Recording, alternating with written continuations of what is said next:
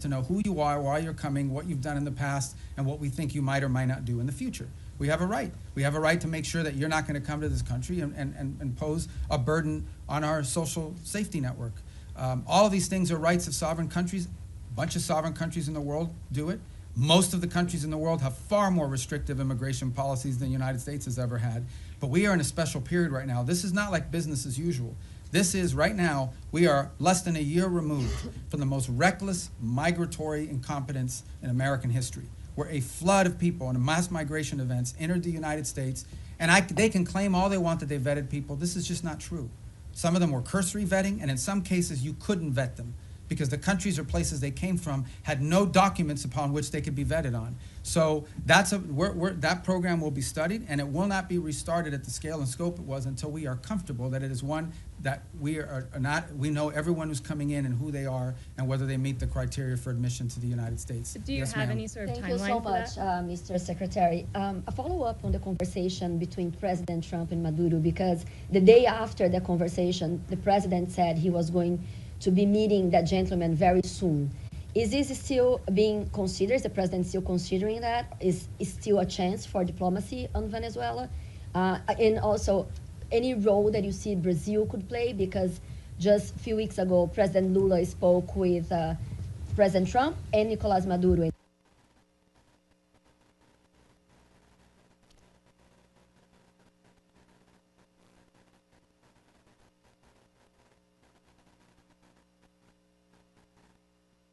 He offered to help to mediate. To you on what comes next in that regard.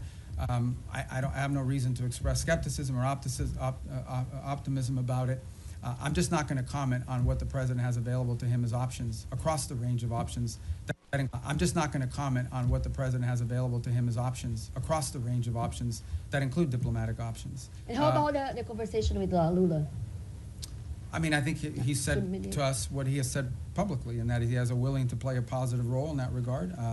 You know, the president's had 2 phone conversations and 1 meeting with President Lula. I think we've made progress on some things, including on trade. We have more work to be done. The 2 presidents got along. We felt that was important in terms of those conversations. I've talked to Mauro, their foreign minister, on it, including this earlier this week. And we have a lot of issues in common with Brazil that we'd like to work together on, and strong links. Being from Florida, as an example, I know how important Brazil has been to us as a partner.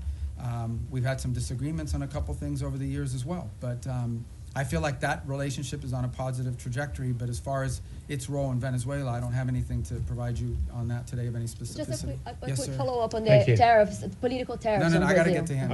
Okay. Thank you, Mr. Secretary, and thank you very much for doing this. On phase 2 in Gaza, when is the soonest that we could see that being implemented? And then separately, you said at the top that you want the US to play the role of mediator that brings about the avoidance of war and ending conflicts.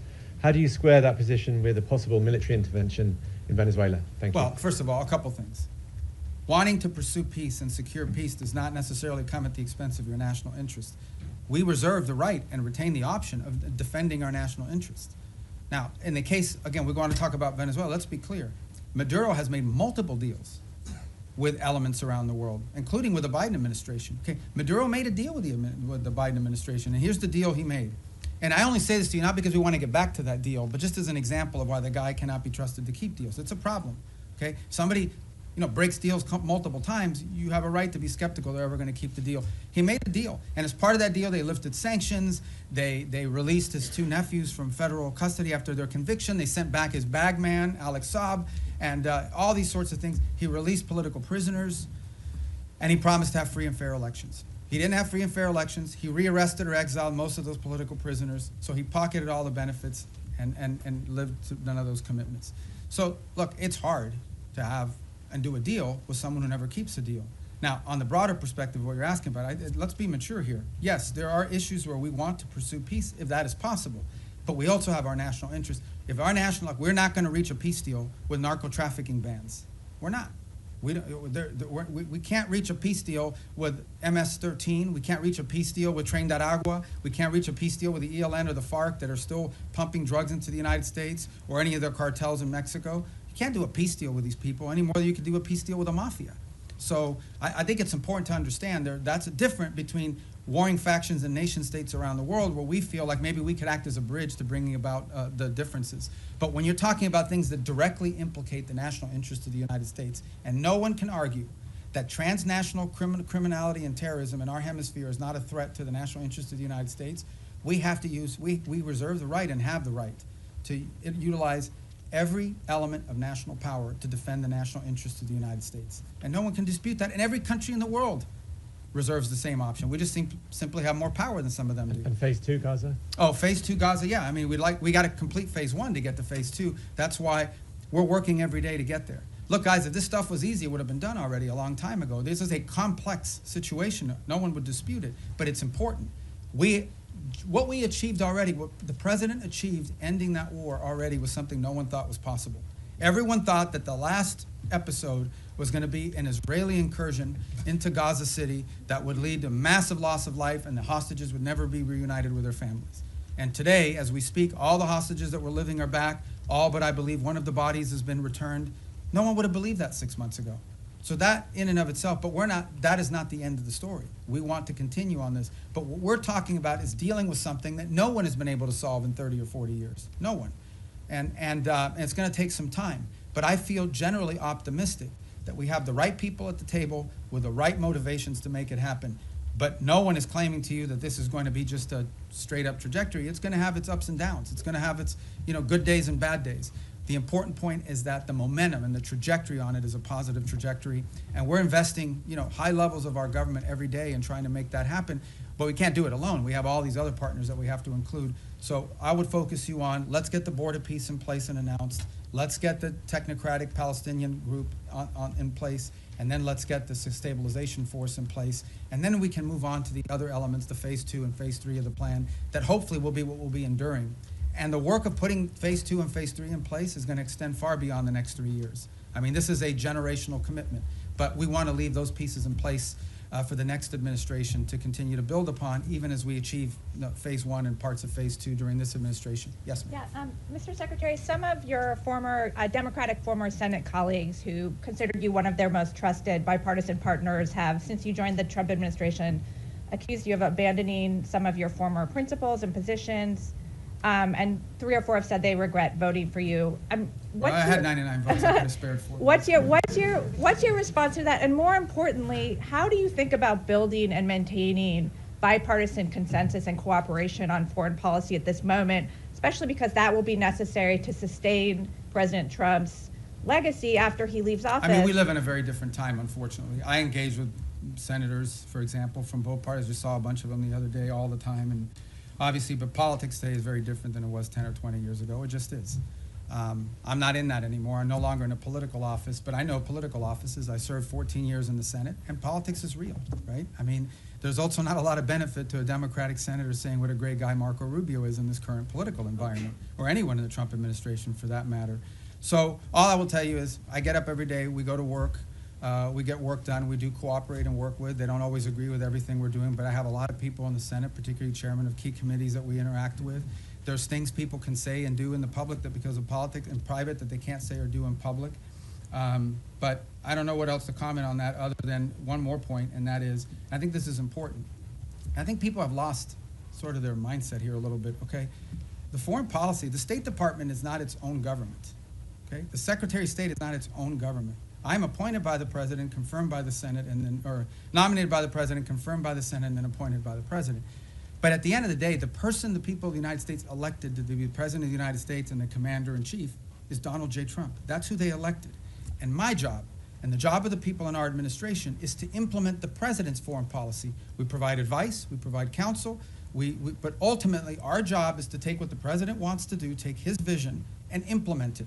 Come up with options for implementing the president's vision. That's my job today. When I was a senator, I represented the state of Florida. Today, I am the Secretary of State for Donald J. Trump, the President of the United States, and my job is to implement the president's foreign policy, provide advice, provide counsel, provide ideas, provide for opportunities and ways in which his foreign policy can be implemented. But in the end, our job is to implement that. And why people think that somehow foreign policy can be divorced from our republic? That's not the way our Constitution works. The Constitution does not say you elect the President of the United States and then you put in place a State Department to undermine the President if the person who's the Secretary of State doesn't agree with him. That's ridiculous. That's stupid, really. And I don't know why anybody would think that. So that's the job I have, and that's the job I'm proud to do. I think we've made a lot of progress. We have a lot more work to do. All right, on our row right there from Italy, right? I know you from the... Yes. Do you cover us now, or are you on Capitol Hill still? No, everything. Both. So you're like a Capitol one-man Hill bureau and for the as whole well thing. as All here. right. You're like me. You have two jobs. Good. Yeah. All right, thank you, Mr. Secretary. So the United States, on one hand, are mediating with Russia to end the war in Ukraine, but on the other hand, the Russian foreign minister yesterday or the day before said it would be a fatal mistake from the U.S. To block the oil tanks from Venezuela and trying to overthrow the Maduro regime. So what kind of what's the assess that you're doing, and are there any safeguards in place to avoid escalation with Russia? And then I have another question about the Hezbollah, sir. Yeah, we're not concerned about an escalation with Russia with regards to Venezuela. I mean, we've always expected them to provide rhetorical support for the Maduro regime. I think they have their hands full in Ukraine. And if he's watching, Sergey, Merry Christmas. And but at the end of the day, I expected them to say what they were going to say. The rhetorical support, we understand what that's at. It's not a factor in how we consider this whole thing. And then, if I may, about the Hezbollah, I know you already answered, but I wanted to ask you if the U.S. administration is considering a broader military support involving also potential Arab partners, not only in providing weapons, but also going into the field to disarm the Hezbollah if the diplomatic talks will fail. Well, I've not heard anyone sort of suggest that at the level of detail that you've talked about. I think regionally, for example, if you talk to the Syrian authorities, they're very concerned about Hezbollah.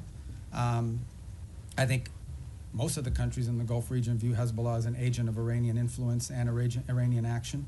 But as far as what you're discussing, which is sort of a coalition of armed units going into Lebanon to disarm Hezbollah, I've not heard that proposed by anybody. Perhaps you have, but I haven't, and that's not certainly something we've been... Senator Graham okay. was talking about Lindsey, this at the my former Congress. colleagues, Yeah. yeah. Well, you should ask Lindsey about how he's going to put that together, because, but we just haven't heard it. I'm not saying you may not hear that one day in the future, but I think what is clear, and I think maybe perhaps what Lindsey is speaking to, is that it is clear that if you talk to leaders in the region in all these countries, they all have the same goal, perhaps not, which is to ensure that Hezbollah can no longer play the role that they've played in the past, not just threatening Israel, but being an agent, an open agent, really a proxy of Iranian influence in the region. All right. Thank you. Next. I didn't get to you. Oh, I'm in the new row. Okay, go ahead. Okay, thank you so much, sir. You have previously said in the past that you and the administration are committed to fixing the backlog of visas for foreign-born priests and other religious workers, whether that be through the Religious Workforce Act, or through maybe a standalone process. Is there any update you can give on the status of that and what's being done to I think we'll have hopefully more to fix this announce issue? on that early next month. Okay. Yeah, early next month. Okay.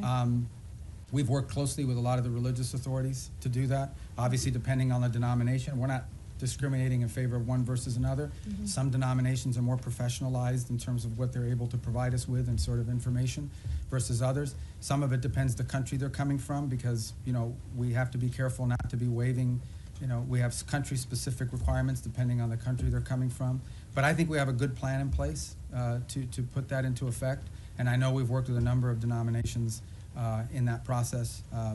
Obviously, one of the big users of that system is the Catholic Church in the U.S., and so we've worked with the Conference of Bishops. And I think we're going to get to a good place. We don't have it ready yet. All this takes time to put together, but we're moving quickly, and I think we'll have something positive about that at some point next month, hopefully in the early part of next month. Thank you Yes, so much. sir. Thanks, Mr. Secretary. White House Chief of Staff Susie Wiles said that the U.S. would need congressional approval to conduct ground strikes in Venezuela. Do you share that view? And on your response today on regime change, Wiles already acknowledged that the point of the both strikes was to pressure Maduro, i.e. have him leave. Why not just acknowledge that this is a regime change? Do you have the quote she said? That this is No, but do you have the quote? to cry uncle. I Yeah, believe so, the okay, quote, so yeah. cry uncle, all right? I guess in Spanish you would have to say tío. But I think, I don't know how that, I mean, you can interpret it any way you want. But at the end of the day, it is clear that the current status quo with the Venezuelan regime is intolerable for the United States. The status quo, that they operate and cooperate with terrorist organizations against the national interests of the United States. Not just cooperate, but partner with and participate in activities that threaten the national interests of the United States. So yes, our goal is to change that dynamic. And that's why the president's doing what he's doing. Change that dynamic by ensuring that no one wants to get on drug boats anymore. You know, people were just going out there, you know, openly without any fear of the reaper. And now I think people understand, like, it's not a good idea. By the way, we haven't had a strike in the Caribbean basin in almost 5 weeks. Do you know why? It's not because we stopped looking. It's because no one wants to get on a boat anymore and do that. So it's been effective at cutting that down. Now there's been strikes in the Pacific. So the bottom line is that, sure, our goal is to, I mean, what's the point of doing something? But the change, people want to focus on regime this and this and that. The goal here is very simple. The national interest of the United States. The President of the United States was elected to protect the American people, to protect America. That's what he was elected to do. It's one of his fundamental promises that Donald J. Trump made when he was elected President of the United States is, I am going to protect this country. Protect us from what? From the threat of terrorism, from threats to our economy, and from threats these drug organizations and these terrorist organizations pose against the United States. And if you are an ally, a friend, a partner, or cooperate or participate in activities that threaten the United States, you're going to have a problem with President Trump. I think the only shocking thing here is that a lot of people say that. People run all the time for office. I'm going to take on the cartels. I'm going to do this. He's actually doing it. He's not doing anything he didn't say he was not going to do during this campaign. He said he was going to go after the cartels. And now he's going after the cartels, and everybody's shocked. Don't be shocked. This is a man who was elected president because he says and then he does. He doesn't just say and then forget about it. In congressional approval on land strikes, do you think that the United States does need to go to Congress in order to conduct land strikes in Venezuela? Well, look, I'm not going to speculate about things that you know haven't happened and may never happen. I'm not going to speculate on that. All I'm going to tell you is that two things. And I remind Congress all the time. By the way, I was very consistent on this position because it was my position when I was in the Senate. Number one, no administration, Republican or Democrat, has ever accepted the War Powers Act as being constitutional. That said, multiple administrations, including this one, have sought congressional approval and or certainly congressional notification of actions taken. Why? Because American action is always strongest when it has the buy-in and the participation of a broad set of actors. Now, given our current political climate, that's not always easy because we do have people today in politics that are against everything that President Trump is for. It doesn't matter what it is. It doesn't matter if they themselves had the same position. If it's President Trump's idea, they're against it reflexively. Okay? That's the nature of the current climate in our politics. But I can tell you that to this point, nothing has happened that requires us to notify Congress or get congressional approval or cross the threshold into war. We have very strong legal opinions. We have now briefed Capitol Hill 23 times, 23 briefings, bipartisan briefings on Capitol Hill. I have personally participated in 6 of those 23 at the highest levels of the committee, but then the full House and then the full Senate, which, by the way, are always interesting. Now, okay, get it. I've been there before, okay? So I was part of this thing in the past as well. But you do this briefing, you answer all their questions, and then they go out and tell people, we heard nothing, we saw nothing, that we were pleased with. They already had their answer before they went in, but we do them anyways. And we continue to do them. Not to mention the individual calls I've had with leaders in Congress, and I'm not going to disclose what those are. So everybody over there knows what we're doing, they know why we're doing it, and we've kept Congress fully apprised, and we'll continue to do so. Yes? Thank you, Mr. Secretary. The settlers' violence is rampant in the West Bank. The what is, I'm sorry? The settlers, yes, the Israeli okay, settlers' violence in the West Bank is being escalating, is increasing. Also, Israel is building around 20 settlements unit. Doesn't this undermine your own effort in the peace process? And also, if I may, on Gaza, the humanitarian situation is dire. The babies have been frozen to death because of the weather. Tents have been flooded. Is this anything that the United States can do to alleviate the suffering of the civilians in Gaza? Yeah. In the case of the West Bank, we have, and you've seen our embassy even has put out statements and comments about specific incidents there that we're concerned about, that we do think, create a point of strong friction in the broader effort. And our own embassy, and Ambassador Huckabee has spoken to this as recently as a couple weeks ago, very firmly, I believe. And so we'll continue to communicate that as we have and make our opinion known in regards to its impact on the broader challenges. In the case of humanitarian, absolutely. I mean, this is the reason why that group is set up there every single day. We've been successful at opening new corridors. We want to continue to see that increase. We want to continue to see the flow of aid increase into those parts of Gaza that are still under Hamas control. But it also goes back, not to sound like a broken record, to why it is so critical to have the border peace put in place and the Palestinian technocratic group put in place, because that allows us now, when you have this technocratic Palestinian group in place and a stabilization force to provide security, it now allows us to have someone we can work with to turn over the humanitarian aid to and have them be the ones that help distribute it along with these international partners. That's what the point we're trying to get to, that we can get to a point where that is, and you know, part of the thing with humanitarian aid is also security. Someone has to provide security for these convoys as they go in, because oftentimes they have been attacked, they've been looted, they've been so forth. We don't have a force that can do that right now unless the Israelis are going to go in, and that would violate the ceasefire. But if we have a stabilization force on the ground, they could provide security. And then the technical side of it, the logistical side of it, along with the international partners, is what the Palestinian Technocratic Organization can do. That is why we are in such a hurry to finalize that phase of this deal so that the aid can flow. And not just aid, then we can move from aid to reconstruction, which is the goal everybody has. You want to reach a point in which you're not providing aid because Gaza has an economy, and it's not an economy controlled by Hamas. But we can't get to that stage until we can secure the place. And that's why we're in such a hurry to finalize that phase of the deal. Yes, sir. Vladimir Putin today had I his thought you own- were introducing yourself. No, no. Vladimir. I'm Vladimir Definitely Putin. not. Definitely not. Vladimir So what are you Putin- doing here? Go ahead, Nick I'm Schiffer sorry. in PBS NewsHour. Vladimir Putin had his own end-of-year press Today? conference today. Oh, he's trying to step on my message. Yeah, yeah. His went, I think, 4 hours, so we got, Oh, well, we don't got at worry least about 3 that. hours. And he said he was willing to end the war in I Ukraine. bet you he didn't do it in Spanish. He did not. All right. Go ahead. I'm sorry. No, it's all right. He said he was willing to end the war in Ukraine based on principles he had outlined last summer, and that included a complete Ukrainian withdrawal from 4 regions, most of which are not occupied by Russia, recognition of occupied Russian territory in Ukraine, and the complete lifting of sanctions. That goes beyond some of the recent conversations you've been having. So do you think Putin is serious about peace, and is the U.S. willing to recognize occupied Russian territory in Ukraine? Look, I think ultimately there is what people say, and I'm not claiming that that's not his position. I'm just saying there's what people say and then what people do. In the end, we're not going to base our approach to finding peace here on the basis simply of what people are saying. We're going to base it on what people are willing to agree to, what countries are willing to agree to. Our role is very simple. We try to understand what the Russian position, how much can they give and what do they have to have. We understand the Ukrainian position, and we try to find whether those two things can overlap. Maybe that happens this week. Maybe that happens next month. Maybe that's not ready for a few months. That's not up to us. That's up to the two sides. In the end, it's up to them to make a deal. We can't force Ukraine to make a deal. We can't force Russia to make a deal. They have to want to make a deal. The role we're trying to play is a role of figuring out whether there's any overlap here that they can agree to. And that's what we've invested a lot of time and energy and continue to do so. That may not be possible. I hope it is. I hope it can get done this month before the end of the year. I want it to end as soon as possible. I know the president is deeply committed to helping it end. I know this, though, we're the only ones that can do it. If we were not involved, no one would be talking to both sides. The UN can't do it. But who else is going to do it? Nobody in Europe can do it.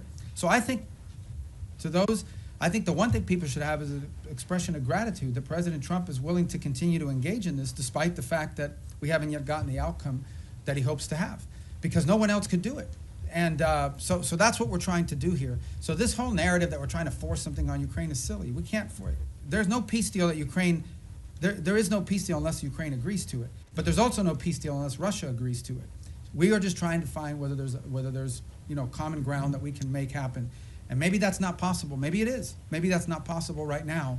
But we don't think our work could potentially serve as a baseline for that in the future. Maybe it is possible now. We're going to continue to test it and see where we can get to. Is the U.S. willing to recognize occupied territory? I'm not going to speak on any specifics of any deal because we're not going to be able to negotiate a peace deal, especially one like this, in the media. Suffice it to say, let me just put it to you this way. There can't be a peace deal unless Ukraine agrees to it. And there can't be a peace deal, of course, unless Russia agrees to it. But remember that. Any peace deal is one that Ukraine has to agree to because they're a combatant. If Ukraine says we don't agree to it, there won't be peace. So our job is not to force anything on anyone. It is to try to figure out if we can nudge both sides to a common place. And guys, in a conflict like this, in a war like this, that's not easy. It takes a lot of time. We're going to have some patience with it, unfortunately. It's already gone longer. But understand why the president cares about this, okay? Because let's be honest here, and I'm not trying to diminish this, okay? Because it's an interesting position to be in. The United States only provides, we don't provide weapons to Russia, we only provide weapons to Ukraine. The United States doesn't sanction Ukraine, it's only sanctioned Russia. And yet we are still the only country in the world that can talk to both sides. So let's be clear about the role we played in this so far. I mean, we're the only ones that can. But, so I don't mean to be dismissive of why this matters or it's important, because this is going on in another continent. We've got issues in our own hemisphere we need to be dealing with. That if you were to ask prioritization, I would argue that something in our hemisphere from our national interest is more important than something in another continent. But it doesn't make Ukraine and Russia unimportant. We care about it, that's why we're involved in it. But by the same token, why does the president care? I'll tell you why. This week, 9,000 people will die, including like 5,000 or 6,000 weekly Russian casualties, okay, in a war. This is a bloody, nasty conflict. In the same time, the entire electric grid, the entire infrastructure of Ukraine is being destroyed almost as fast as it's being rebuilt. Every week that goes by, the cost of rebuilding that country gets exponentially higher. It is now becoming generational reconstruction. This is a very damaging war that's going to have incredible implications. There are now hundreds of thousands of Ukrainians, probably maybe in millions, who have not lived in Ukraine in years. They've been displaced to other countries. The implications of this long-term for Ukraine are dramatic, and for Russia too, but for Ukraine, and we're focused on them. This is why the president wants to end it. He thinks it's a bloody, nasty, horrifying war, and he doesn't like wars. He really doesn't like wars. He thinks they're a waste of money, time, and talent. And he wants this one to end. And we're doing everything we can to end it. And it may or may not be possible, but we're certainly going to keep trying. Yes, sir. Thank you. I promise you we're going to go through here. Do you have a deadline or something? I know, but let me get to the roads, because if I break up the road thing, you're going to screw up the whole plan I have for today. Go ahead. Thanks, Mr. Secretary. If I can turn internally for a moment, a recent survey by the American Foreign Service Association found strikingly low morale among career diplomats in the U.S., some of whom reported that they feel like they can't freely express their opinions, that their candidate input is not welcome, and many of them are saying that they're actually thinking about career changes. I know you talked at the top about how change can be disruptive, but I wonder, how much does this concern you? Do you possibly see this as a feature, not a bug, or would you be happy to see people leave so that you can bring in a new crop of people? And then just briefly on your own role, you have 2 jobs right now. Your travel schedule seems a bit lighter than your recent predecessors. You didn't attend the last NATO foreign ministers gathering and had your deputy go. Are you fully performing the job of Secretary of State? Are you more of a national security advisor than a Secretary of State? Can you talk about that? Well, first of all, on the travel schedule, we have a lot of leaders keep coming here too. So you talk about NATO, great example on NATO. I already went to a NATO meeting this year of all the foreign ministers. Then I went to the leaders meeting, which not all the foreign ministers were at. And then on top of that, that week is the week we had Rwanda and the DRC coming to the United States on a deal that I was working in. So as far as the travel schedule is concerned, we have a lot of leaders constantly coming here. We have leader meetings every single week for the most part up until last week. So there's a lot of work to be done. On the Foreign Service, we have very talented people here. I saw that report somewhere. That's from the union. It's from a union survey. All I can tell you is that today Foreign Service officers are more empowered at the regional bureau than they've ever been. I get descent cables. I get cables every day from all over the world that provide the baseline for a lot of the ideas that we pursue. There isn't a week that goes by that I don't send back 2 or 3 cables with notes about, let's turn this into a policy proposal. We are changing this place so that it is our missions in the field that are not just driving directives from the top down, but also ideas from the bottom up. And I'm very proud of that, and I think that's going to lead and pay huge dividends for future secretaries of state long after I'm gone. So, yes, sir. Thank you, Secretary. Human rights organizations report that 2025 has seen the highest number of executions in the Islamic Republic of Iran in over 2 decades. What specific new measures is the State Department taking to ensure that human rights abuses, specifically this surge of state-sanctioned execution, do not become a secondary priority in your dealings with Tehran? Well, ultimately, look, we have very deep systemic disagreements with the regime in Iran, and it's part of one of, if not the most sanctioned country in the world, one of the most sanctioned countries in the world. There isn't a week that goes by, or at least 2-3 times a month, I'm authorizing some new sanction on some new entity related to Iran. I don't think anyone could argue that this administration has been friendly towards them. So we continue to feature these things because it tells us about who they are. In the case of some of these executions that you're talking about, some of them, by the way, were in the aftermath of the war with Israel, where they went through and have jailed people and accused people of being informants and spies and things of that nature. But we're under no illusion, and every year we put out a report that outlines this, and we've been pretty consistent in our messaging. Our problem with the Iranian regime isn't simply, obviously it's predominantly their desire to acquire nuclear weapons, their sponsorship of terrorism, but it's ultimately the treatment of their own people. I said it in my hearing a year ago in the Senate, I say it now, I know of no nation on earth where there is such a difference between a regime that governs the country and the people who live there every single day. That regime is not reflective of the people who live in Iran, who are the inheritors of a proud and long cultural legacy and a proud history. And then you've got a clerical radical regime that has driven and taken the wealth of that country and used it, not to enrich secure their people and their future, not to make sure they have enough water and electricity. They've used their money to sponsor terrorist organizations all over the world. That's what they've used their money for. So we're going to continue to consistently point that out. Secretary, second I'm sorry, I got to go because I'm getting everybody today. Regarding Europe, you said that Europe was not going to be able to mediate between Russia and Ukraine. There's been some disengagement. There's some push within the European Union to either not comply with the increase in defense spending that the United States has been promoting, or also some European countries like Spain promoting closer ties to China, or going to China, or inviting more investment from China, or even Chinese technology in critical infrastructure.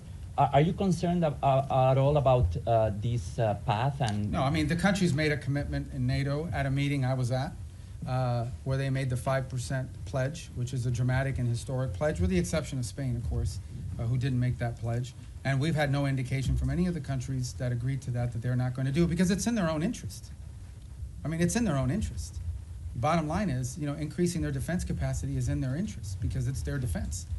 As far as opening up to China, look, one of the biggest problems Europe faces is they're being flooded with cheap Chinese goods, including Chinese cars. They're being flooded. Their own industrial base is under attack by unfair Chinese practices economically. So, I don't know about the rhetoric you're pointing to or the examples, but that's a threat that Europe faces, and they need a rebalancing as well. They're also, like we are, experiencing disruptions to supply chains and things at the economic realm that are very problematic and dangerous for national security.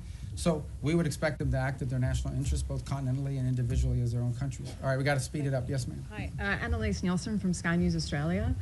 In your national security strategy, you've warned Europe about civilizational erasure. When you've been watching what's been happening in Australia with the rise of anti-Semitism and our government's response to the Bondi massacre, our Prime Minister's dodged direct questions on Islamic extremism, but then unprompted evoked right-wing extremism as a threat.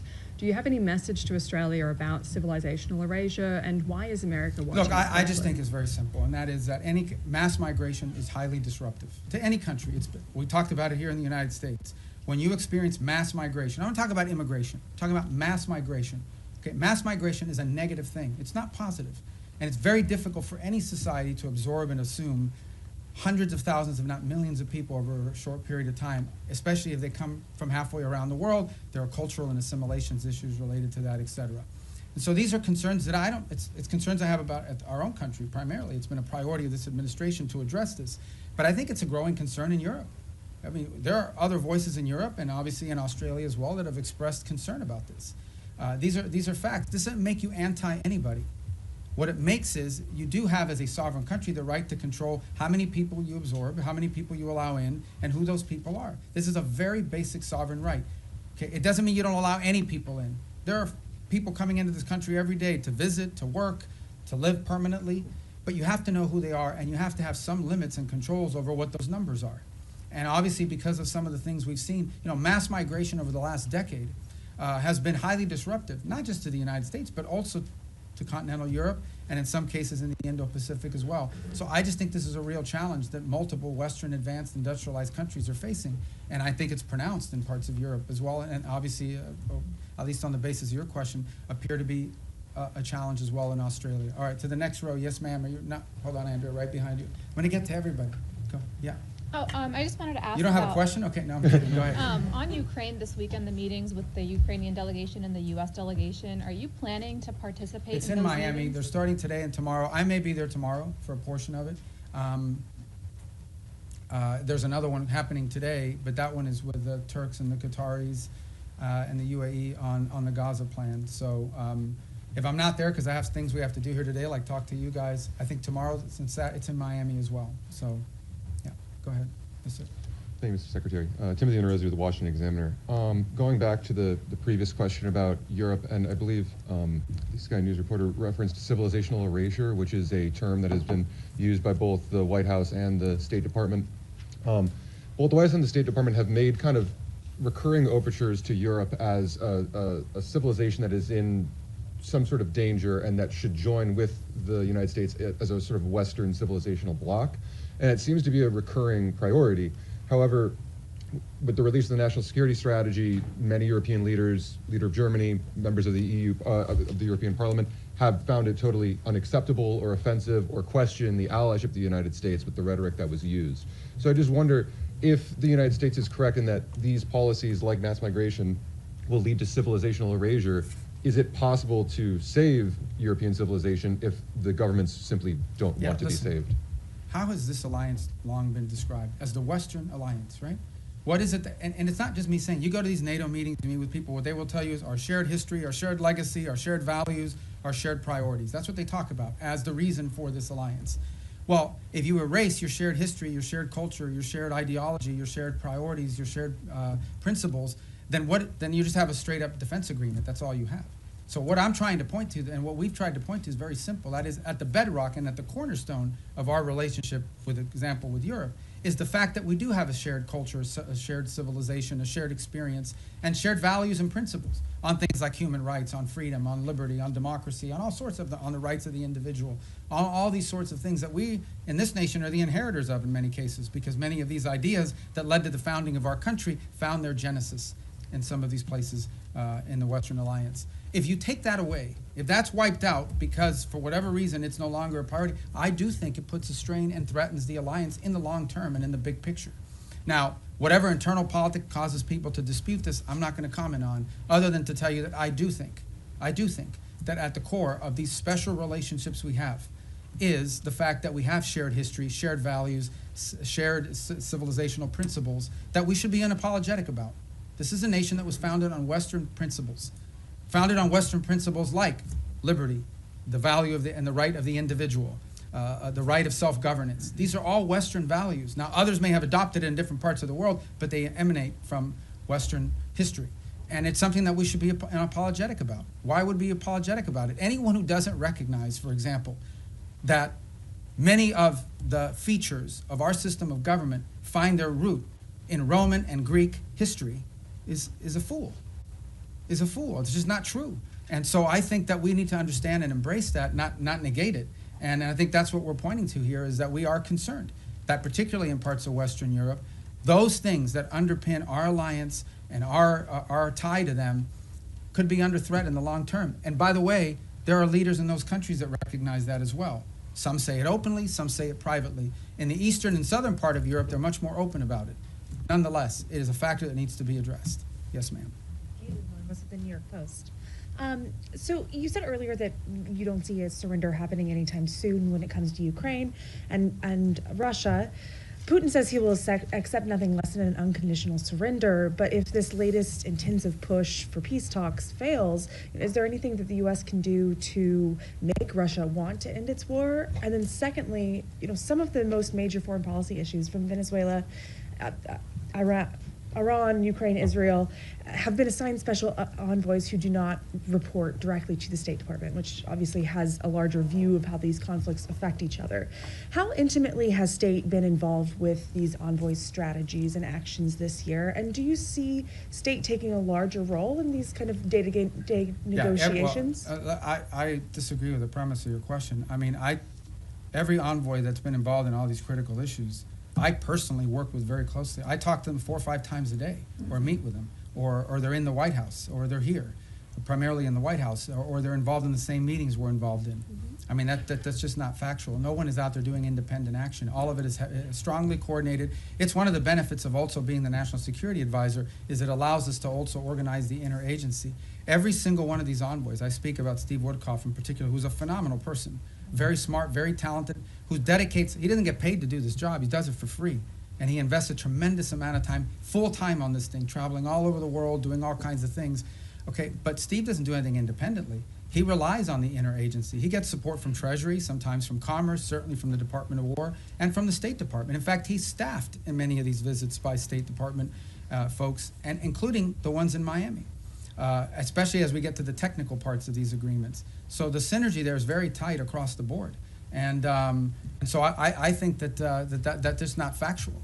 I was referring to Envoy Grinnell with Venezuela and some of those conflicts earlier this year that really kind of weren't helpful in getting towards the release of the prisoners. Yeah, look, everything that's been done in this administration has been coordinated in some form or fashion.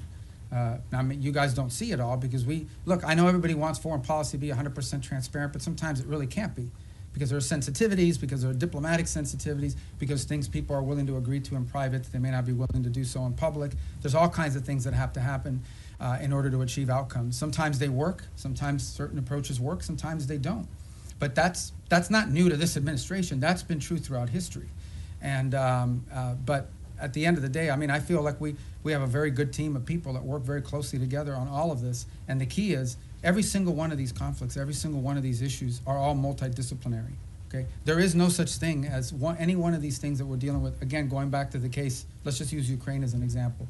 In the case of Ukraine, it involved Treasury with regards to the minerals deal. It involves Commerce to some extent. It most certainly involves the Department of War in terms of not just battlefield assessments, but the sale of weaponry through Pearl, et cetera. It involves the Department of State in terms of everything from interpreters to the technical work of actually putting words to paper that would make sense in an agreement and supporting these visits. We had a very important meeting in Geneva, hosted at our embassy, supported by diplomatic personnel that were involved in doing that, and a lot of the follow-up as well that has to happen with some of these things. You know, peace deals aren't just, in the case of Gaza, strongly supported. We actually, we took our ambassador in Yemen, who can't be in Yemen, Fagan, and assigned him for 8 weeks on that portfolio so that we could have someone there to help navigate and coordinate all of the technical aspects. You can reach a peace agreement in concept, but then someone's got to sit down and write down the technical language and the specificity, and they rely on the professionals in this department and other government agencies,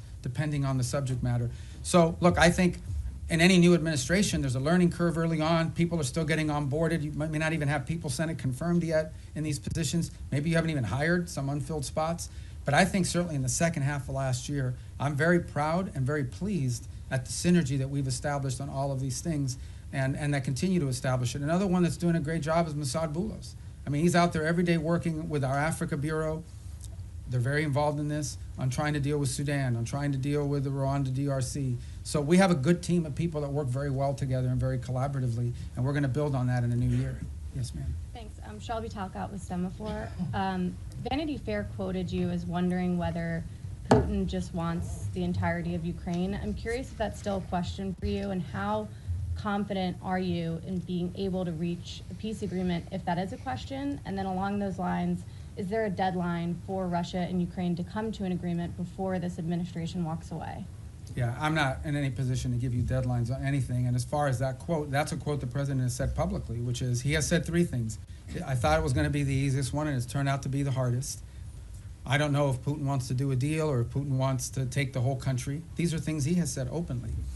And, you know, I think that's, I don't even remember when I talked to the guy from that magazine, but, you know, for much of the early part of this year, one of the things we were trying to deduce is exactly what is it that Russia wants to achieve. We know what they wanted to achieve initially when the war began. They haven't achieved those objectives. There's a new set of objectives now. I mean, part of reaching an agreement is trying to understand, I've already said this, what both sides want or need and what they're willing to give. And so I think that was a question that many in the administration had early on, is defining what the Russian position, what exactly do they really, not what they say they publicly want, but what they publicly want and privately want are the same thing. That's part of the, and the same is true on the Ukrainian side, by the way. What could they actually live with, what's acceptable, what's not acceptable, what are their red lines? That's how you put a deal together. You have to sort of figure out if the two sides overlap at some point. Sometimes some deals are just not ready. Sometimes the timing is perfect. You have to put it together. If you look at what happened with Gaza, that looked intractable. And then a series of events occurred that made it possible. For example, the strike inside of Qatar that the Israelis took at the time, you know, was a sort of a dramatic thing, but in some ways it sort of set in motion a sense of urgency to bring this thing to an end before it spread. So sometimes you just have to be ready for a change in circumstances or conditions that allow progress to be made. But these things are hard to do. They take a lot of time. Sometimes it takes some patience. It's just unfortunate that you know that every day that goes by, more people are died and more people die and more things are destroyed. Yes, sir. To come back to your comments earlier on Sudan, you mentioned this concern about transshipment and weapons coming from overseas to Sudan. Could you sort of put a slightly finer point on it? Have you raised this with the UAE in your meetings that they need to stop providing support to the RSF? And have you got any commitment or any kind of look, response none of to these, that? neither side has their own factories for the most part, right? All these weapons are acquired from abroad. They have to come from somewhere else, and they have to come through somewhere else. So someone is allowing it to be shipped in, and someone is actually shipping it. So we've had the right and appropriate conversations with all sides of this conflict, because that is their leverage. Without their support, neither side can continue. So that's why we need to engage, and that's why we've engaged the parties involved in all of this. I don't want to find myself here in a position of picking on anybody other than to say that we think and we're hopeful that we can make some progress on this, but we know that in order to make progress on this, it will require outside actors to use their leverage and their pressure to make that come about, particularly this humanitarian truce, which is the first thing we want to achieve. We think that outside actors have the leverage and the influence over the players on the ground to bring about this humanitarian truce. And we are very focused on it. I had a conversation on it yesterday. We have spoken to the UAE, we've spoken to Saudi, we've spoken to Egypt, and this is not new. We've been talking to them. We signed a document with them in September at the UN gatherings. We had previous meetings with them before that. So this is not a new engagement. It's just one that's had a higher sense of urgency given recent events there. But yeah, we're involved every single day trying to work through this, because we do understand that and this is not new to this conflict. It is in many ways similar to what happened to happen in Gaza. What brought Hamas to the table, among other things, was the fact that some of the countries that had relationships with Hamas, like Qatar, like Turkey, played a very constructive role in bringing them to the table and pressuring them to sign an agreement.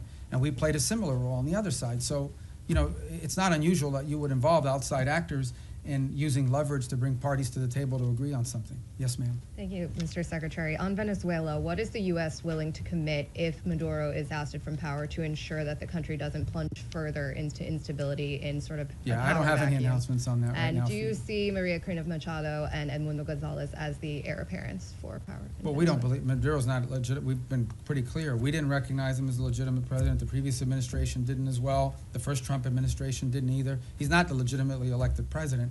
They had an election last year that was stolen, and everyone knows it. Even all the countries in the region know it. And but I don't really have anything to add other than what I've said today with regards to Venezuela. Thank you, Mr. Secretary, for doing this. According to a poll by the Reagan Institute, 62% of all Americans support the use of military force against suspected drug traffickers in the Caribbean. And among MAGA Republicans, 90% support the military use against suspected drug traffickers in the Caribbean. So how does the State Department view or analyze these figures? Yeah, I mean, we don't do foreign policy by poll, and our job is to carry out the directives of the president. The president was elected. Donald J. Trump was elected the President of the United States, and he promised that if elected, he would go after drug cartels, and that's what he's doing. He is keeping a promise he made to the American people upon which they elected him to be president. He told them he would protect this country, and that's what he's doing, and he told them he would go after drug cartels, and that's what he's doing. So it doesn't surprise me if that poll is accurate, because the president's simply living up to the promises that he made when he ran for office. Yes, ma'am. Mr. Secretary, on Gaza, you've said repeatedly in this room now that peace is a process, that phase 2 could take next 2 to 3 years. Is there a possibility to fully implement? To fully implement. You can't build buildings in one day. Right? Is there a possibility in your mind that the status quo, more or less as we see it now, with this sort of insufficient flow of aid, periodic violations of the ceasefire by each side, a lack of reconstruction, and of course the absence of an international security force, that this could potentially continue more or less through the rest of the president's term? And if not, I'm not asking for a date, but I think we'd all like to know. We've heard from the president and yourself that there are all these countries that want to join the International Security Force. When will they deploy? Are we talking in the next year, in the next couple of years? And is there a certain amount of time that could pass at which point the administration, without an ISF, at which point the administration would green light or will green light Israel to resume its war? The way to answer that question is this way. No one is arguing that the status quo is sustainable in the long term nor desirable. And that's why we have a sense of urgency about bringing phase one to its full completion, which is the establishment of the border peace and the Palestinian Technocratic Authority or organization that's going to be on the ground. And then the stabilization force comes closely thereafter. Once we've established that, we have a lot of confidence that we are going to have the donors for the reconstruction effort and for all the humanitarian support in the long-term building of phases 2 and phases 3. We just don't think that we're going to get to phase 2 or phase 3. We don't believe that we can have a successful donor conference, just as a real example, until people know they want to know who's in charge, and they want to know that there's security. Okay? They want to make sure that who's going to pledge billions of dollars to build things that are going to get blown up again because a war starts. So they want to know who's in charge, and they want to know that there's security, and that there'll be long-term stability. So no one would argue that what we have in place now is sustainable in the long term. We have to get to the completion of phase 1. I am confident we will, within the time frame necessary to make it successful. It's just not today, but hopefully very, very soon. We've made real progress. We made progress as late as yesterday in additional names for this Palestinian organization that's going to be the technocratic organization. So I think we're very close. I think we're going to get there. I'm optimistic that we're going to be able to get through phase 1. And then what I meant about taking years for phase 2 or phase 3 is not years to start it. I'm just being, to rebuild a place, to put buildings and rebuild an economy, it takes time. You have the donors, but you still have to have the equipment. You got to build. You have to do all that sort of thing. This is a long-term project. Phase 1 is not a long-term project. It has to happen. I'm confident it'll happen within a time frame that makes it successful. We're very committed to it, and so is everybody else.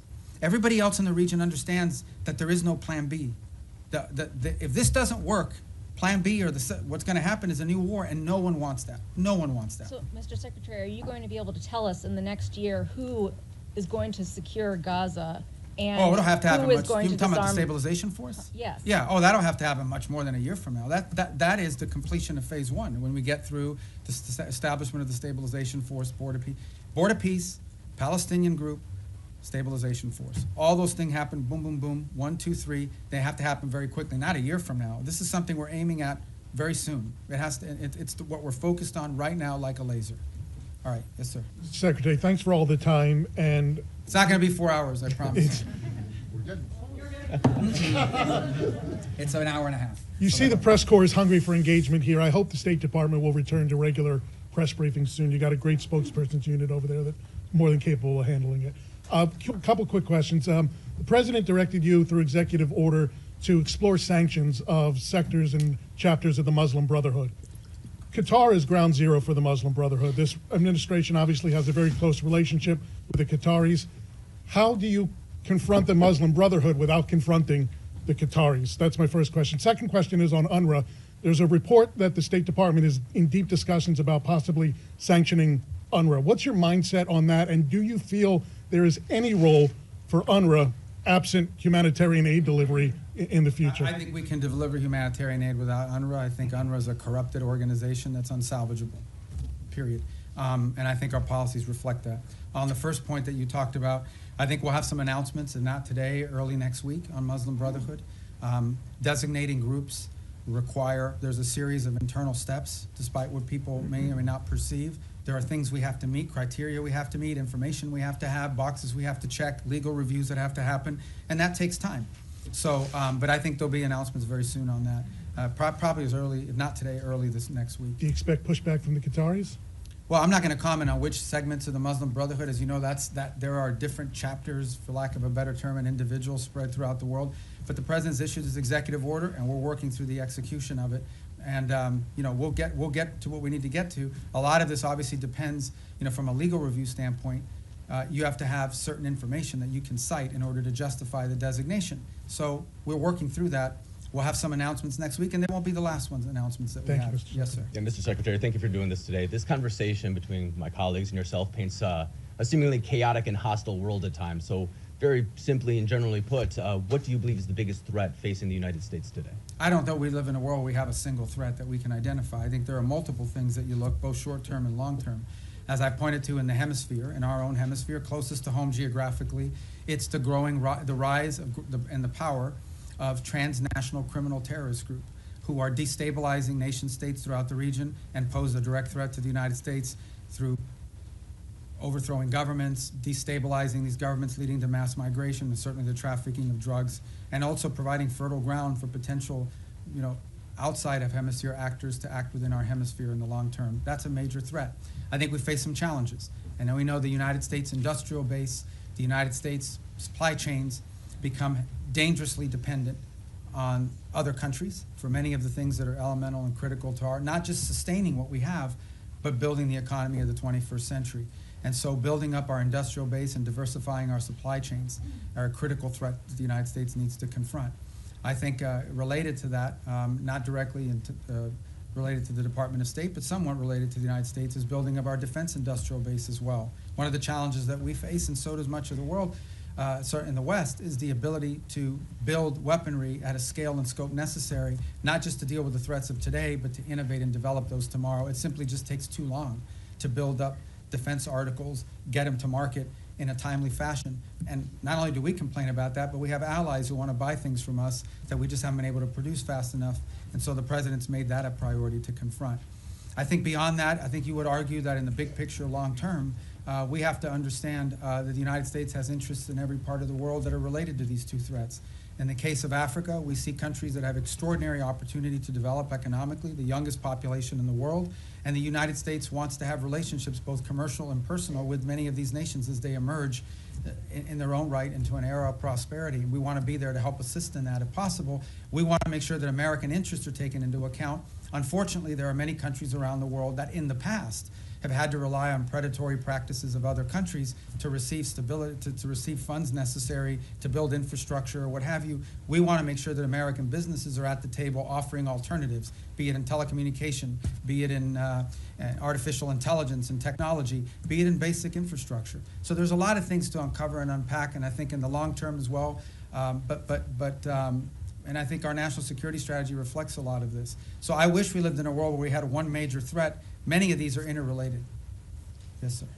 Thank you, Mr. Secretary. I was going to ask my questions in Calibri, but since you do not Wow. Communicate that I in speak that Times anymore, New Roman. I so- am. I'm going to ask in Times New Roman instead.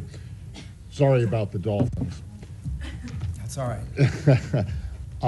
I know that you don't want to predict anything, but whether you're at these meetings in Miami, obviously not today, but maybe tomorrow, do you think there's any chance of having some kind of announceable progress before New Year? In other words, are we going to be working on New Year's Eve? We might be, if it's necessary and productive. We're going to work as long as it takes. Okay. And by the way, these are the meetings you know about, but there's talks going on every single day. There was a meeting earlier this week in Berlin. There's phone calls every day. There's phone calls every day, be it with my counterparts that are national security advisors, or my counterparts that are foreign ministers, or what Steve is engaged in, or what Jared's been engaged in, or what even at the diplomatic level, there are days where it's Matt Whitaker, our ambassador to NATO, that's involved in a conversation, or one of our ambassadors, one of the nation states that are relaying back a conversation or involved in one. So there's work happening every day, all the time, probably around the clock. Not just on Ukraine, but on all these other things. Okay. And then But these are the meetings you know about, and everybody kind of focuses on them as big events, but there's work happening all the time that lead up to those meetings and follow those meetings. As far as predicting a timeline, look, I'm not going to do that. This is a difficult task. It's an important one. We're focused on it. We want to get there as soon as possible. Okay, so and then obviously Gaza and Ukraine are still works in progress, but of the peace agreements that have been reached so far, two of them are in obvious trouble, right? Obviously which ones they are: Cambodia, Thailand, DRC, Rwanda. In retrospect, and I know that work is being done to try and resuscitate these, but in retrospect, do you think that the administration, the president, but also others, declared victory on these too early? I mean, this fighting, for example, with Thailand and Cambodia did stop. Both sides have made commitments in writing that they signed. Those commitments today are not being kept as a result of Both sides claim grievances against one another. And so the work now is to bring them back to the table. The ASEAN ministers will be meeting on Monday.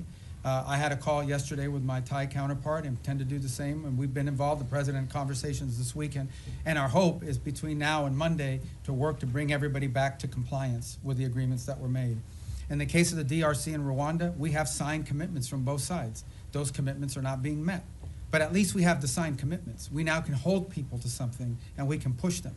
And in that case, by the way, for example, in the case of Rwanda DRC, as a good example, not only have we been engaged, but we have asked our friends on the Hill, both Republicans and Democrats, to also engage in conversations of their own with these leaders so they understand this is a bipartisan, multi-branch of government interest in this topic. But the good news about both of those is we have signed agreements. At least we have something we can push them towards compliance on. But as I said, in many of these cases with peace, you sign a peace deal, there's compliance, something happens, they fall out of compliance, you got to bring them back, you got to try to push. But at least instead of negotiating something new, you're simply trying to now push people back to compliance with what they already agreed on. So I think these were achievements. In the case of Cambodia and Thailand, it actually did stop fighting. It has now restarted, and we are working hard to push everybody back to compliance. And we are cautiously optimistic that we can get there by Monday or Tuesday of next week. We're hopeful. But there's more work to be done to that point. All right. Thank you. Mr. Secretary, you've said, including here today, that Maduro doesn't honor deals. How can the U.S. achieve the goal that you're describing of stopping the drug traffickers and the terrorists without Maduro leaving, number one? And number two, a topic that hasn't been asked about yet, State Department officials have recently met with visiting AFD officials from Germany, and we're hearing from AFD members as well as analysts who see the national security strategy as an effort by the administration to endorse the AFD. Can you share anything about the views of your views or the views of the administration on the AFD in Germany? Yeah, I mean, on the case of Venezuela, I mean, I've answered it repeatedly now. I can only tell you our national interest is ending the flow of drugs towards the United States and these terrorist activities that are occurring that include cooperation with these gangs. Beyond that, I'm not going to speculate on what leads us to that outcome, other than to say that we're very committed to reaching that outcome. We meet with a broad array of political actors in multiple countries all over the world. They come, they visit the United States. We want to know who they are. We want to meet with them. We want to hear them out. As I told you, we have a president who generally does not view meeting anyone as a concession. So there are broad political actors. We've met with broad political actors from different parts of the Western Hemisphere as well, and broad political actors from different parts of the world. So I think it's important, and part of our job is to understand the full political spectrum of countries around the world, including countries we have alliances with. I would say that many of our allied countries, they meet with Democrats and Republicans, and sometimes libertarians or whoever. I mean, political figures that travel overseas, they also have meetings with them. So part of the job of the State Department is to inform the administration about sort of the internal political dynamics of the countries that we have alliances and partnerships with. Because in the end, we don't know what the outcomes of elections are, but understanding that the internal political climate of individual countries is a key part of determining how we approach and pursue public policy in partnership with them.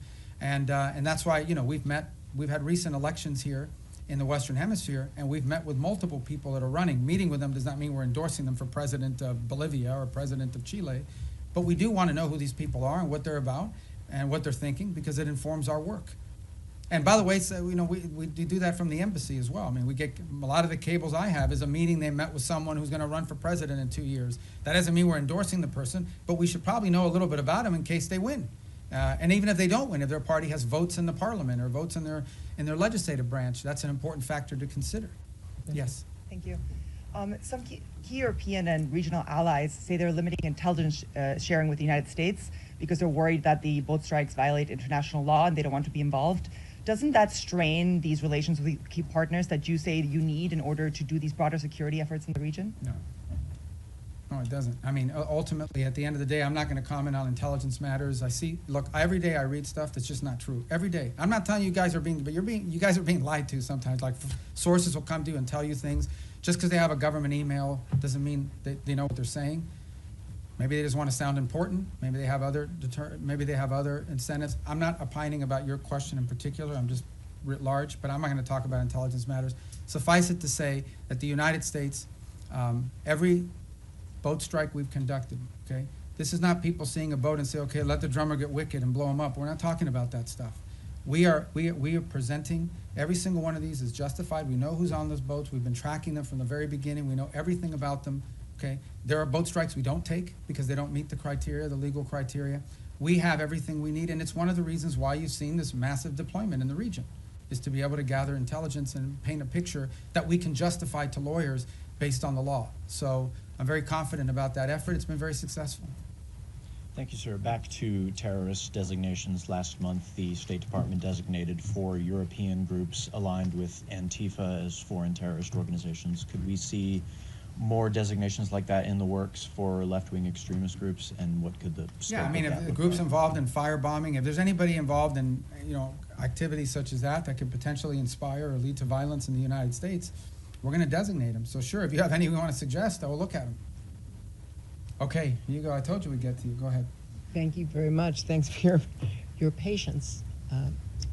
Mr. Secretary, I wanted to drill down on the way you and the administration see America's national interests, because you said that Ukraine is not on our continent, not our war. You said something in our own hemisphere is more important.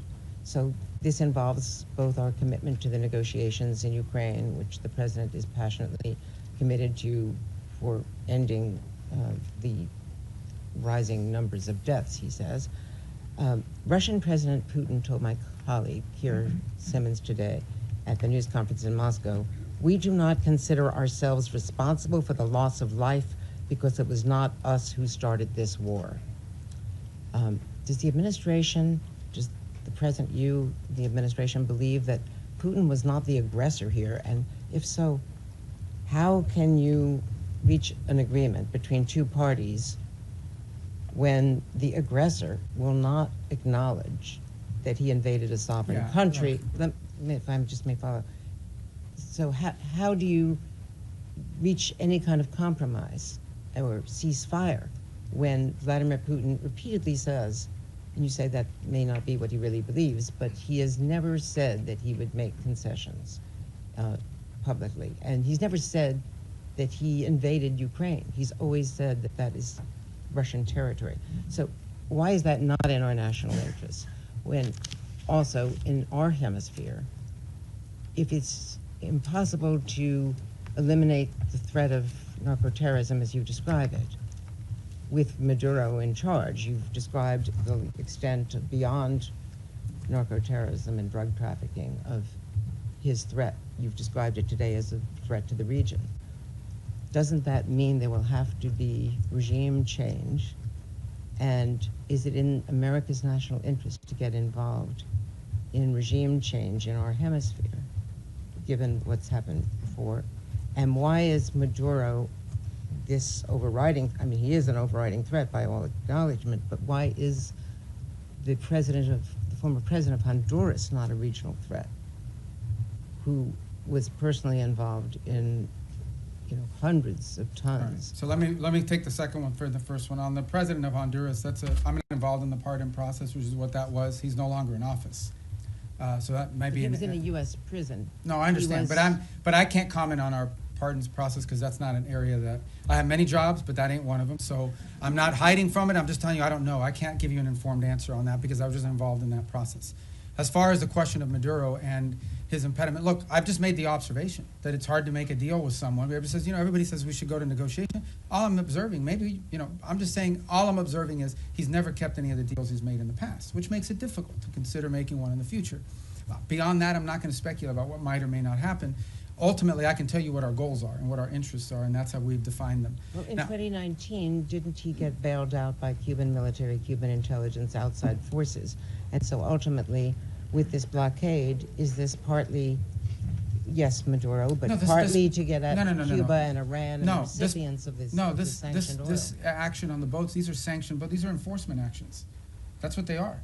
They are existing sanctions, and therefore 80% of their oil is shipped through ghost fleets. Okay, so we understand what we're talking about here. We are talking about boats that are basically privateers, okay, that are flying under false flags, that turn off the transponders, that spoof their true location.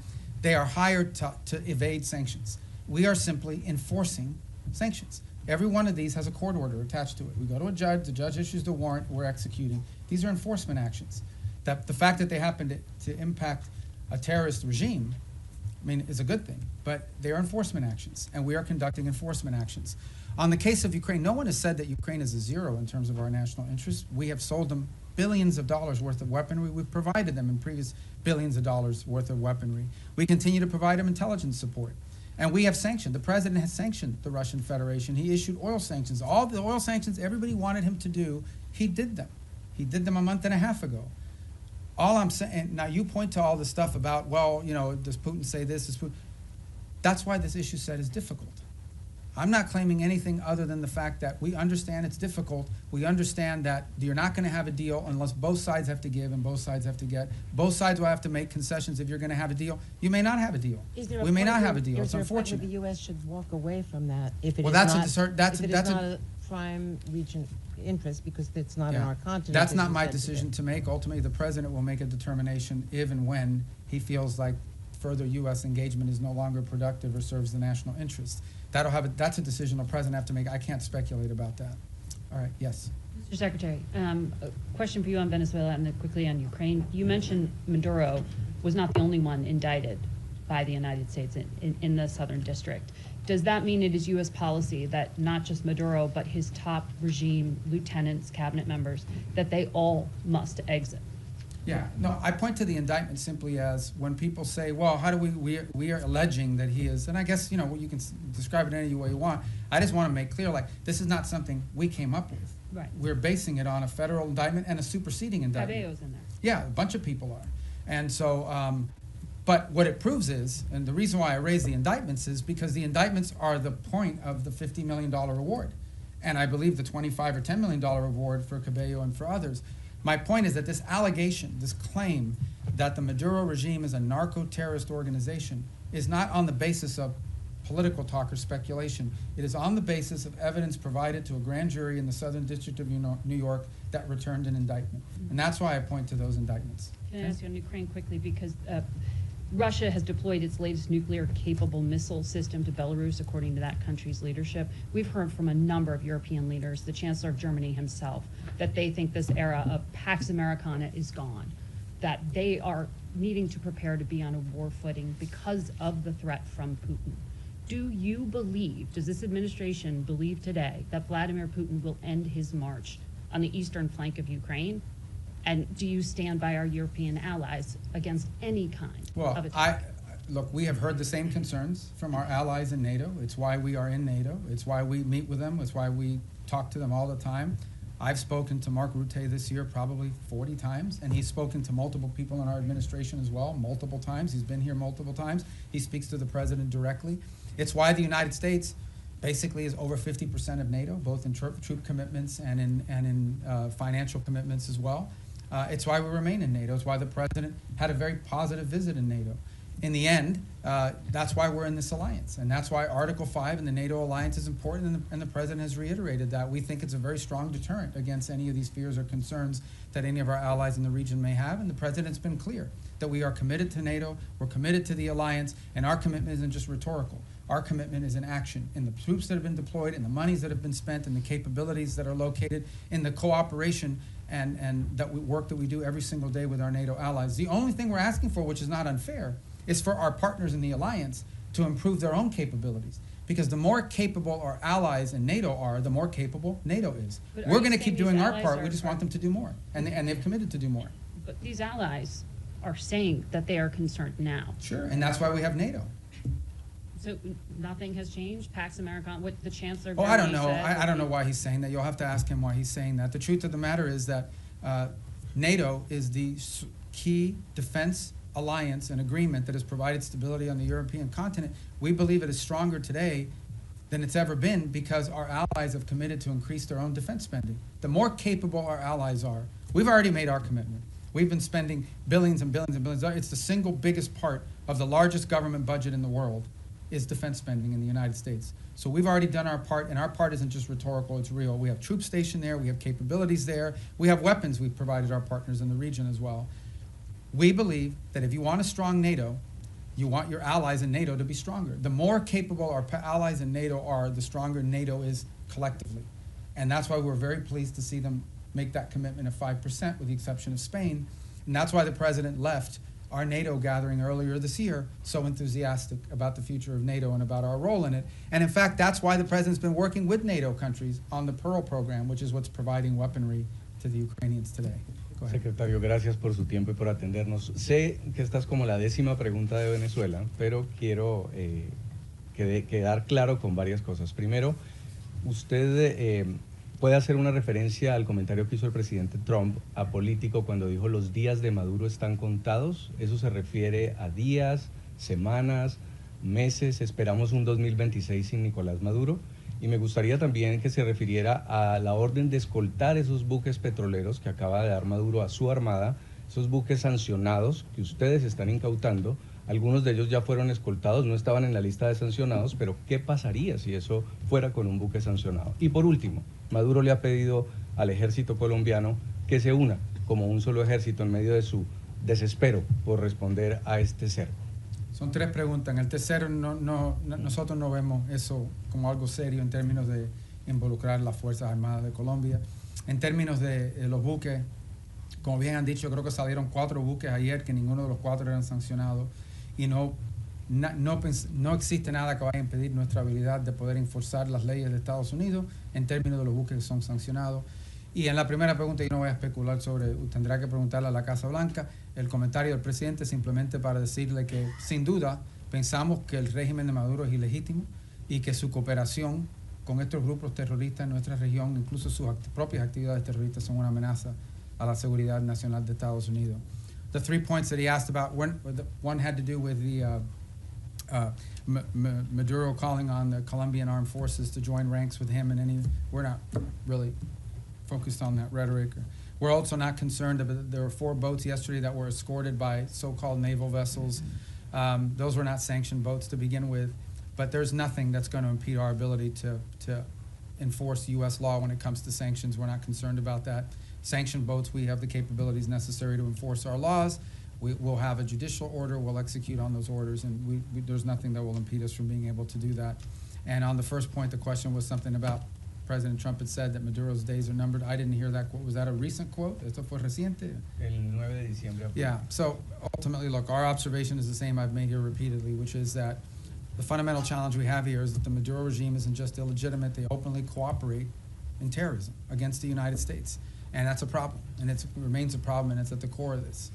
¿Habló con María Corina Machado? ¿Tiene pensado recibirla en Washington? No está nada programado, yo creo que ella todavía está en Oslo. Pero obviamente yo he hablado con ella mucho en el pasado. Go ahead. Are you going to tell us in English? He asked about Maria Corina Machado. I believe she's still in Norway. I'm sure there'll be a meet. She'll come to the U.S. at some point, and I've obviously spoken to her many, many times over the years. Thank you, sir, for taking so much time with us today.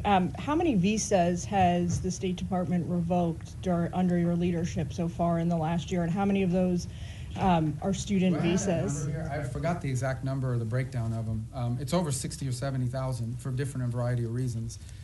Some are students, some are people that were not in the country, but we denied them re-entry.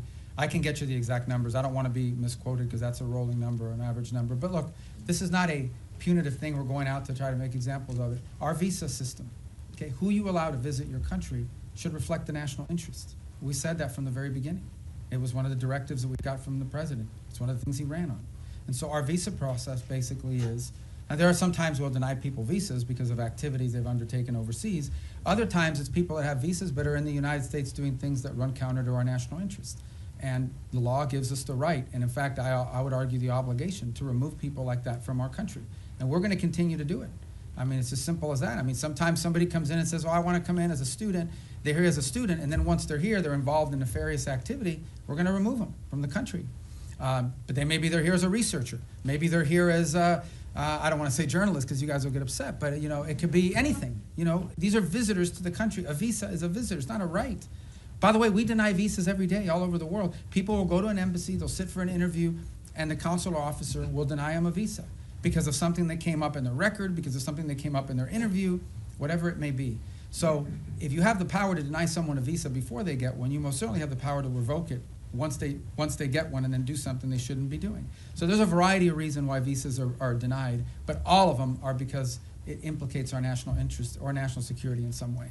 You began the briefing by talking about your confirmation hearing, and one of the core commitments or goals you set for yourself in that hearing was to rid the State Department of anti-Semitism and what the president calls DEI ideology. When you look back at the last year, have you done that, sir?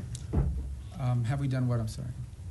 Rid the State Department of anti-Semitism and DEI ideology. Well, look, I think there were actions that were being taken that we're very concerned about in terms of statements that were made from some missions around the world or actions that were taken. Ultimately, what the president asked for is a government based on merit, where people were being promoted up because of merit, irrespective of their background, their ethnicity, the color of their skin, the first language they spoke, where they were born. We want to promote people on the basis of merit. We have redone the whole process by which we do promotions in the career foreign service. We've redone it in a way that prioritizes the right thing. There were people not being promoted in the State Department because even though they were exemplar foreign officers, their DEI score under the previous administration was too low. There were people that were because they weren't committed enough to the DEI cause. So we have very talented people that did not get promoted in the State Department because they did a great job, but they had a low DEI score. We got rid of that. That's not going to exist anymore. We are going to judge people on how good they are at the job that they do. And by the way, we're also opening to promoting people, not just based on seniority. We have some very talented, and I say junior officers, like 10 years, 15 years is considered junior around here. They're very talented. If we don't promote some of these people, we're going to lose them. Because there's a lot of money to be made in the private sector, and the people want to pursue in life. If people don't see upward mobility where they work, if they don't see the opportunity that by working hard and being successful, I'm going to be able to get ahead, they think they're reading roadblocks, they may leave and go work for another agency or outside of government. So we want to promote good people on the basis of merit. And I do think we have made changes. In fact, I just today approved a list of foreign service promotions for the president to submit to Congress, and it's on that new basis. So I'm really happy with that program. And look, we'll tinker with it, we'll improve it as time goes on, but we thought it was critically important that people be promoted on the basis of merit and skill, and not on all these other things, and certainly not on a DEI score. Thank you. Thank you, Mr. Secretary. Given that the Brown University and MIT shooter entered the U.S. with a diversity visa and Secretary Noem has since paused the program, is the State Department looking into considering pursuing permanent changes to the green card system, like changes to eligibility rules? Well, I haven't had a chance to talk to her. I know they suspended that program because they want this. And the reason why you suspend this program, and it's not because you argue everybody who came in under that visa is a bad person and is going to shoot a place up. It's because you want to determine whether there's something in the vetting of that program that's insufficient. Is there a systemic problem in how those decisions are made that needs to be addressed? So I think it's wise to suspend a program until you understand whether there's a deficiency in the program. So you just had a guy that came in through a certain route. You suspend the program to figure out whether something that came up in the interview process should have been a red flag but wasn't identified, so you can fix that before you restart the program. So I would imagine that's the process we're going to go through as well. Okay. Yes, sir. Thanks, Mr. Secretary. Thanks for all your time here today. An issue I believe is close to your heart, Cuba. Is it the policy of the United States to seek regime change in Havana? And should we see the developments that are going on right now with Venezuela, the U.S. policies, as part of an effort to bring down the communist government? Yeah, and if I may briefly, do you stand by your statement earlier this year that nobody has died from U.S. aid cuts? On your first point, I think it's not just the policy of this administration. I think every administration would love to see a different type of situation in Cuba. Cuba's a disaster. It's a disaster. It's not just because they're Marxists and because they're terrorists. They're incompetent. These are incompetent people, and they've destroyed that country. On the second point, I'm very proud of the changes we've made in foreign aid. Just yesterday, the day before, we are, I think before the end of this year, going to enter into over 50 compacts, health compacts with different countries around the world. Understand the way this used to work. We used to go to a country and say, we're going to give you a bunch of money for your healthcare programs. And then we would go out and hire some NGO in Northern Virginia or whatever. They would take their 60% cut off the top for administrative aid. They would take another 20%. Before you knew it, just a portion of that money was even reaching these countries. In many cases, many of those countries, it is true. I heard somebody whisper that's not true. It is true. In many of these countries, the governments didn't even know how much money was being spent. We are now entering into government-to-government compacts with these governments. And the compacts are the following. Not only are they provided assistance, but they are being provided a plan to build up their own self-sustainment and their own abilities internally. So that in the long term, these countries need less aid because they can now do it for themselves. Some countries may take 5 years, some countries may take longer, but we're very proud of that, and the countries are very excited about that. I'm also very excited about humanitarian aid. It's interesting. Nobody, you guys didn't pay a lot of attention to this, but this happened. In Jamaica, got hit by this hurricane. And everybody, I saw some articles, oh, this is going to be a disaster. The U.S. humanitarian response is not going to be good. It was excellent. Perhaps one of the best humanitarian responses in recent memory in terms of what we were able to bring very quickly to bear in assistance to them, led by our embassy, but also led by the region. And by the way, it was also very helpful that we had a lot of military assets in the region that were able to assist in that as well. We recently had an event in Sri Lanka. Again, we were able to very quickly provide assistance, the assistance they needed. So we're it's still a work in progress. We're still building this out. But I think in the big picture and in the long term, when people look back at this, they're going to say that we redid foreign aid in a way that actually delivered aid more effectively and in a way that furthered our national interests, both. And a lot of it driven from the embassy level. The amount of control and power and influence that our ambassadors and our embassies will now have to help shape how foreign aid looks like in those individual countries is much greater today than it was when you had USAID sitting alongside them almost as an independent branch that oftentimes took actions completely divorced, completely separated from our broader foreign policy. Yes, sir. Thank you, Mr. Secretary. First, I want to ask a clarifying question regarding Venezuela. You mentioned you've spoken with the opposition leader repeatedly over the years. When was the last time you spoke with her? I don't recall. I mean, she was not in a place where talking was very easy. She was in hiding in Venezuela. Do you think there's a possibility we could be seeing a White House summit with her in any sort of future? I don't know. I mean, maybe. I don't know. I mean, nothing's been planned. And then shifting gears a little bit, the State Department mentioned earlier this year some free speech concerns, particularly in Europe. What are some goals you have in regards to that in 2026? Any countries or certain efforts that you have? Well, I mean, broadly, we're concerned about any place, first and foremost, where American free speech could be implicated, right? Are we going to live in a world where some American puts up a social media post and then gets to some airport somewhere and is arrested? We're also concerned about the impact that some of their policies are having on our social media platforms. As you recently saw, X is facing this massive multi-million-dollar fine that they're going to have to pay, I guess, if they want to continue to operate. But I think more importantly, I think it touches on the broader question that was asked a little bit earlier.